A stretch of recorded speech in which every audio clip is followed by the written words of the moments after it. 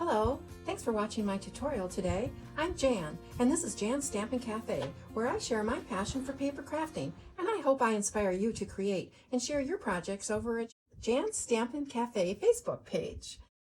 Make sure you click that subscribe button below, and links to supplies I use will be in the description box below. Well, I've been on a mission to use up my supplies, and the easiest way to use a lot of paper fast is to make gift bags. Normally when you think of gift bags, I think of Christmas, so I delved into my Christmas papers to see what I had to use up. Turns out there was quite a bit there. So I started with some single sheets of 12 by 12 paper, and I made these two little gift bags. I think they're great because they're small and they will handle those nice little treats that you give out at Christmas time. And this one folds flat. The only problem is that during the year I don't use too many of this size bag, so I wanted to look for a larger size bag. So I have these two sizes, which I think are terrific. This one is 7 inches tall and 6 inches wide, and this one is 8 by 9. Each of them, if you look, have bags inside. That's because they are all fold flat bags that make storage so much easier. I've used a combination of different papers and different weights of papers, and we'll talk about this smaller bag another time. I'll do a different tutorial on this one. Today we're going to work on this larger bag, but before we start making, I thought I'd show you the bags that I've made. Again, as I said, they're all fold flat, so they store bags inside a bag. And if you wanted to just make up a bag full of bags and give that as a gift, who wouldn't like that, especially at Christmas when everyone uses them? See how flat that folds up? Oh, that's wonderful. So these first three, we're using a pad of paper that I found tucked in the back of my shelf, and it's quite old. I can't remember when it came out, but it is an Anna Griffin paper. It's a heavy paper. It's almost cardstock, and it's two-sided. If you look inside my bags, they're really pretty. They have prints. That one doesn't show up as much, but look at this beautiful one here.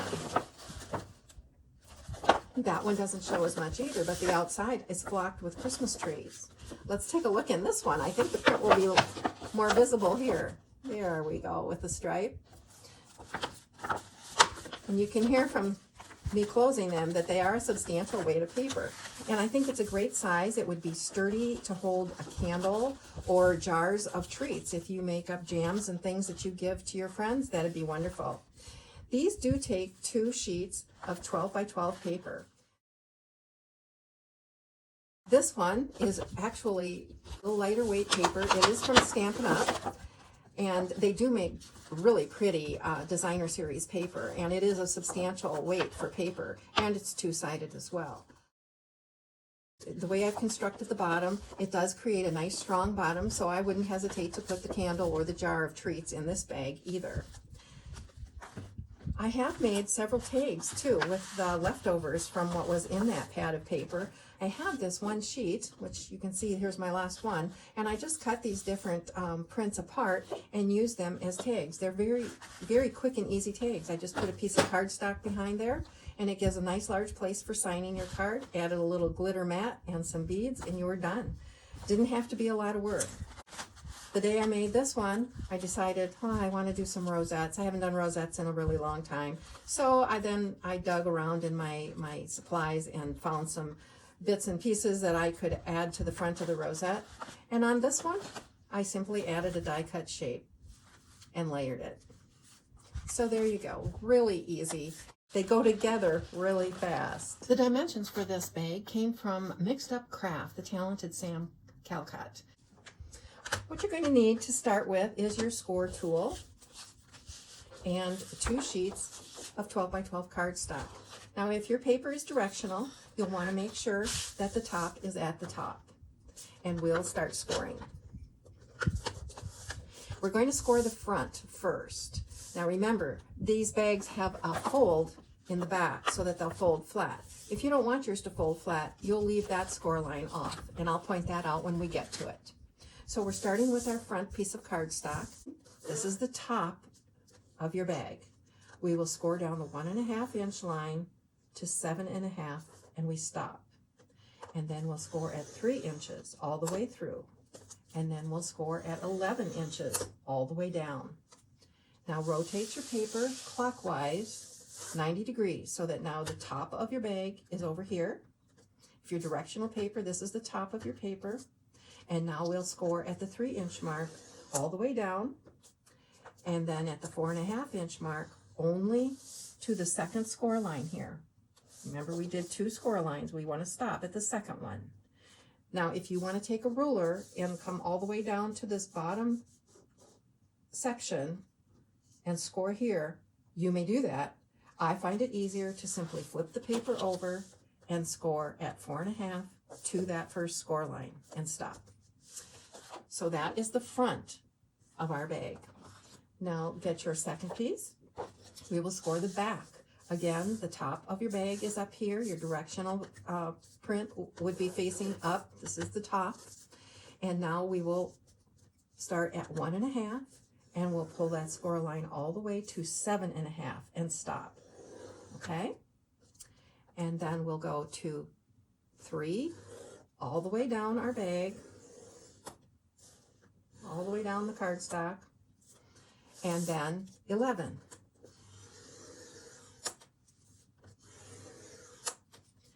Now we will rotate clockwise. The top of your paper is over here, and we will score at 3 inches all the way down, and at 4.5 inches all the way down if you want the fold flat bag. If you do not want the fold flat bag, then you will not score here. I want it, so I'm scoring it. Okay? I would encourage you to try it. It's really a nice quality bag. Okay, we have just a couple more scores to make, and we will need a ruler and your scoring tool. Okay, if you look at your papers, I have the back piece here, and you can see your score line that stops right here. You want to start from this junction of these score lines, and we are going to make a straight line out to this 3-inch score line. So lay your ruler there and just draw across. You don't have to press too hard, you'll still have a line. And now we're going to go from the same point over to this corner of the rectangle that we have.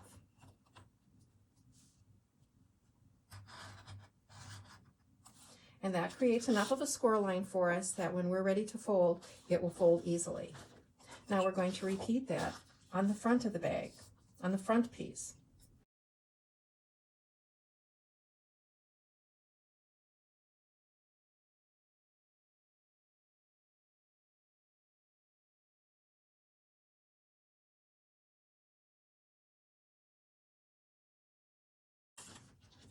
So now you should have, if you can see it well enough, we have the score line that goes at an angle that way and that way. And this is our rectangle and our score lines. We're not going to take scissors. We're going to fold on our score lines first of all. So let's fold and burnish those.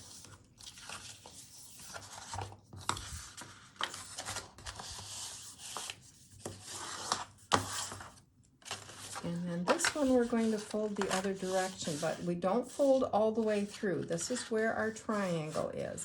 We only want to pinch this paper down as far as that score line goes. And then we will pinch these score lines that are on an angle. And just give them the idea that they're going to fold eventually, okay? And we'll fold on this bottom one. All right, so your cardstock or paper should look like this. All right, we'll do the other ones.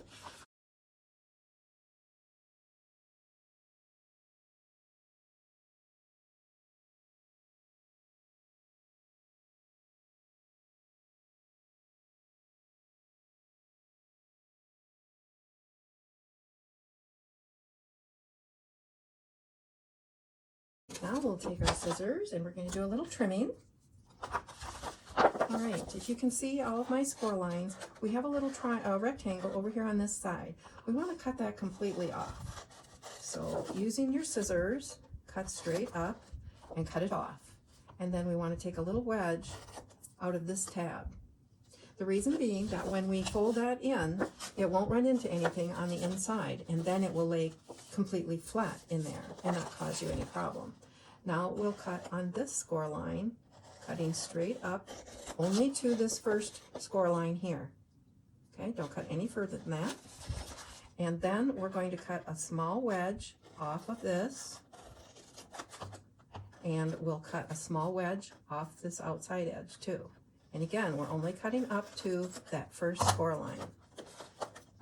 So now your paper should look like this. Can you see my wedges?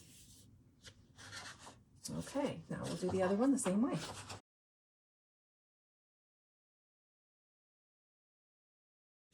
Now I have used the Tombow glue and had great success with it. I have used other glues that have been very successful as well. But today I'm going to use my tear and tape, and there's nothing wrong with that. If you prefer the tape, it's just fine. So I will be adding my tape to all of my tabs. We want to add it to this side tab. So now we will lift our release paper off this one.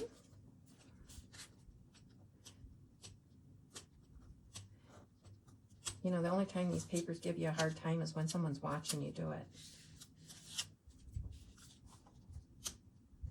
So, there we go. All right, now be sure when you overlap these and press down that you are aligning this edge with your score line and the top edges. You want to be sure that you're coming to that fold line, but not going over it. Okay? If you extend beyond it, then of course it will, when you fold, it will show.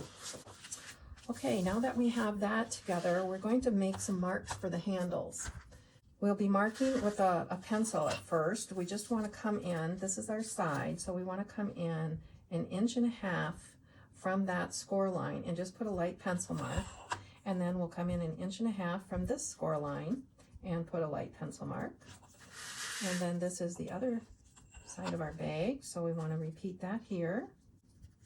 This is my score mark, and here is my score mark again, and another light pencil line. Okay, so now it's time to put our handles on the bag, and I'm going to place some tear and tape on each of these ribbon ends. These pieces that will be covering up our ribbon attachment, we don't want to exceed this length. Our ribbon will lay this direction underneath this paper like so.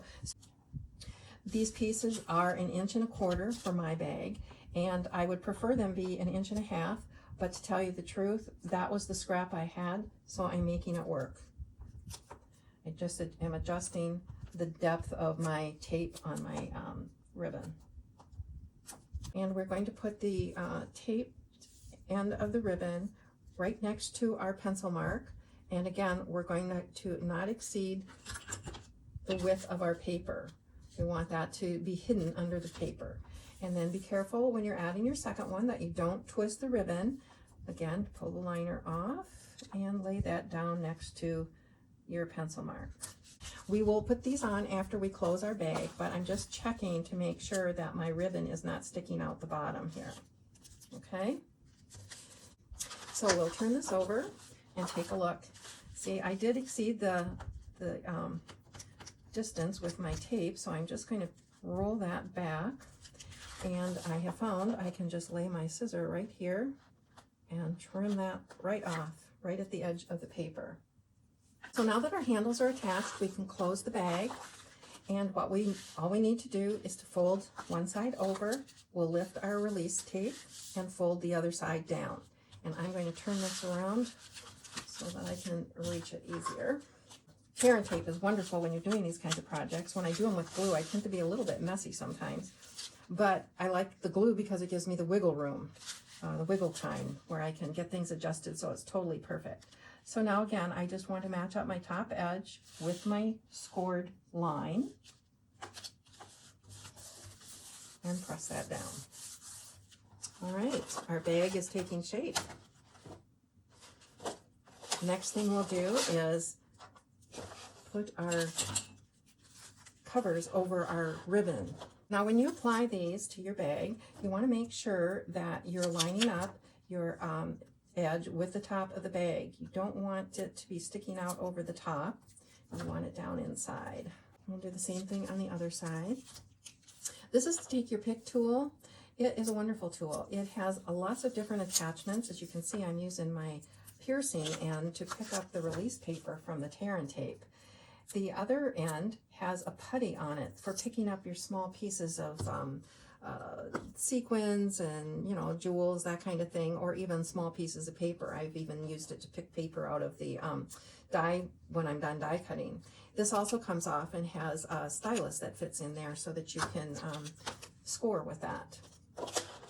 All right, now we'll do the same thing. I'm just laying this next to the fold and at the edge of my paper bag top and just letting it come across. And there we go. You can see inside the bag now we have our liners covering up the handles. All right, so the next thing you want to do now is locate your back. You want the back to be facing up. And what we're going to do is close this back flap in first. And by doing that, you will not be seeing these flaps from the inside of your bag. Making sense? Gives it a nice clean finish.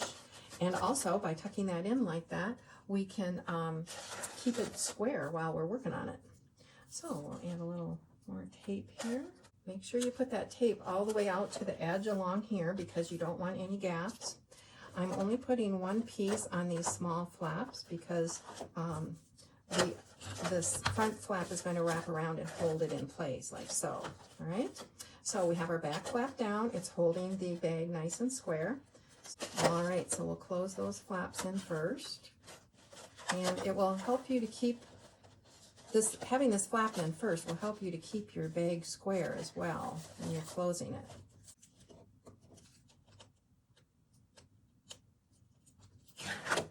All we have to do is roll the bag up and set it on the flap, and it will be perfectly square. Look at that. How nice is that? Okay, so now we're ready to fold it flat. So simply take, I like to turn it around this way so that the back is back here and these fingers can push. But I'll close the top and just come on down because you've already scored this line. It knows where to go. And once you get to the lower portion here where your triangle is, and you'll feel the score line, you just push it back. How great is that? Now let's have a little bone folder action here on these triangles. Get them super duper flat.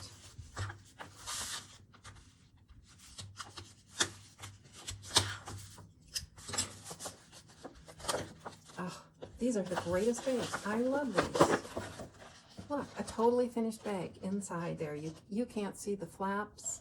It's totally finished. This just looks like a bag from a high-end shop. I'm really excited about these bags. Okay, so I took one of my panels and I've layered it on some cherry cobbler cardstock and again on some very vanilla cardstock for signing. And I have one more piece of ribbon here and we'll just put it through the hole and tie it on the handle. And this bag will be done. I might think about adding something to this panel just to dress it up a little bit, you know, but we'll tie it on the handle.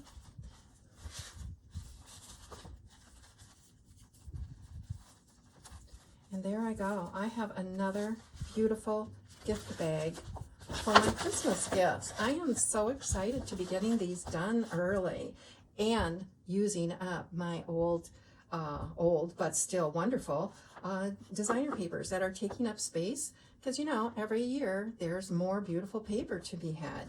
So let's use up what we have, make some gift bags, not just for Christmas, but for all year round. Make up some birthday bags and some general use kinds of bags. And who knows, you might want to put some in a bag and give them as a gift. Thank you for watching my tutorial today. I just love these bags. I think they're just wonderful quality, and they're just as beautiful as anything you would find in a high-end shop. Definitely ups the presentation of your gifts. Your tags can be simple like mine, just a couple layers. Simple to and from is all you need. Thank you for watching. I'll leave the measurements in the description box below, and please give me a thumbs up and subscribe to my channel. I'll be back with another gift bag tutorial soon.